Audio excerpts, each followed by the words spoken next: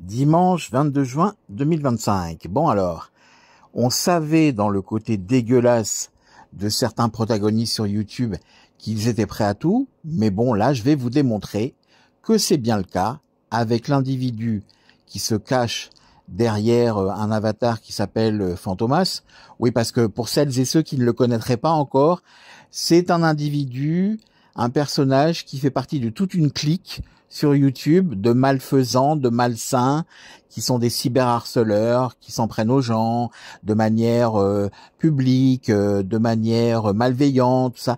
Donc ce Fantomas, cyberharceleur, ne recule devant rien quant à mentir. Vous voyez le post qu'il y a sur le côté?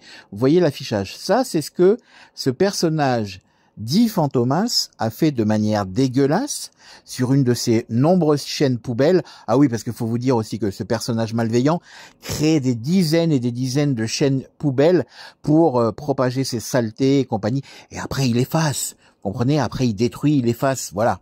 Mais en attendant, il a fait bien des saletés, il a bien répandu les gens dans la boue, il a bien fait des choses. Donc tout ça pour vous dire que ce poste qui a été fait de manière dégueulasse, en nous accusant quelque part, vous voyez en bas, en mettant dans le petit pavé rouge qu'il a mis lui sciemment, nos vrais prénoms, Patrick, Cédric, Alexandre et ça, nous accusant donc quelque part que cet événement, que ce fait divers qui s'est passé dans la ville de Reims dans le 51, avec une femme voilée et apparemment une altercation avec d'autres jeunes et tout ça, pour lui enlever le voile et tout ça, nous accuser donc, nous, dits Français de souche, puisque c'est comme ça que le Fantomas, il s'attaque à nous. Il s'attaque à nous parce que il va vous faire croire qu'on est les salopards. C'est ça, leur idéologie malsaine avec l'extrême gauche, LFI et tout le Bataclan, et leur mentalité aussi d'islamo-racaille, parce que c'est ça qu'ils sont,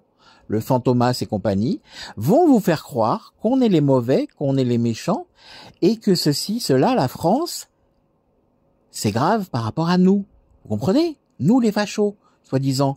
Sauf que il a menti. Il a menti de A à Z. Pourquoi? Eh bien, c'est très simple. Fantomas, le petit dénonciateur qui aurait joué parfaitement son rôle dans les années 30.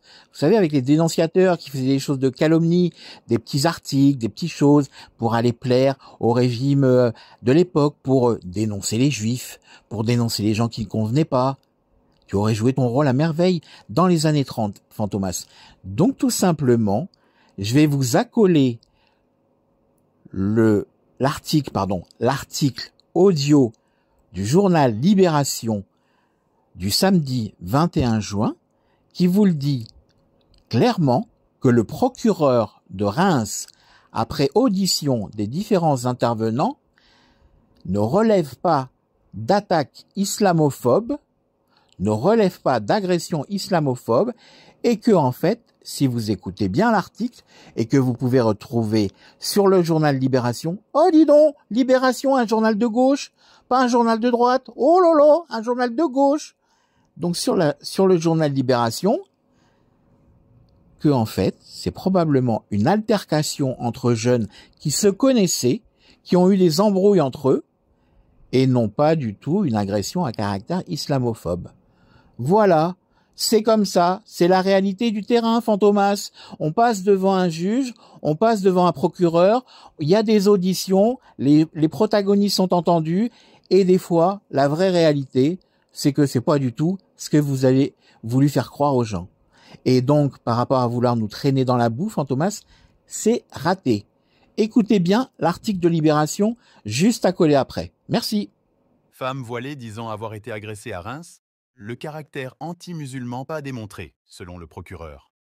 Un adolescent accusé par une jeune femme voilée de l'avoir agressé jeudi à Reims a été auditionné samedi matin puis remis en liberté.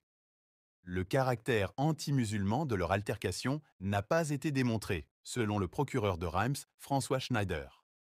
Âgé de 17 ans, le suspect conteste la version de la jeune fille, a précisé François Schneider dans une communication à la presse. Cette femme voilée de 20 ans a porté plainte, disant avoir été agressée jeudi soir à Reims par un groupe de personnes, dont l'une lui aurait demandé de retirer son voile et l'aurait frappée.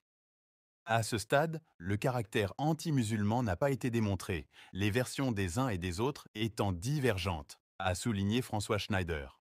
La victime ne s'est pas présentée aux UMJ, unités médico-judiciaires, note de la rédaction, et ne répond plus aux enquêteurs, a-t-il ajouté.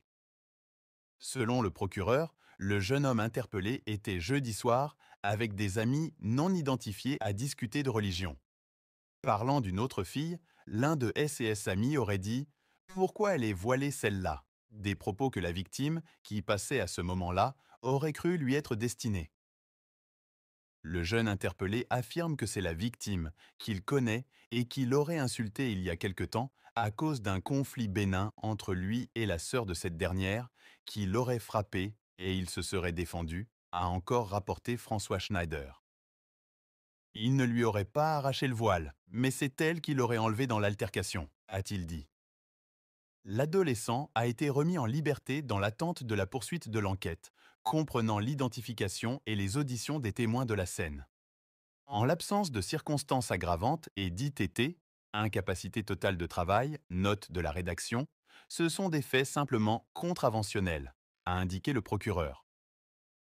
Vendredi, la gauche s'était promptement emparée de l'affaire sur les réseaux sociaux, du chef de file de la France insoumise Jean-Luc Mélenchon au premier secrétaire du PS Olivier Faure, croyant y voir une agression à caractère islamophobe.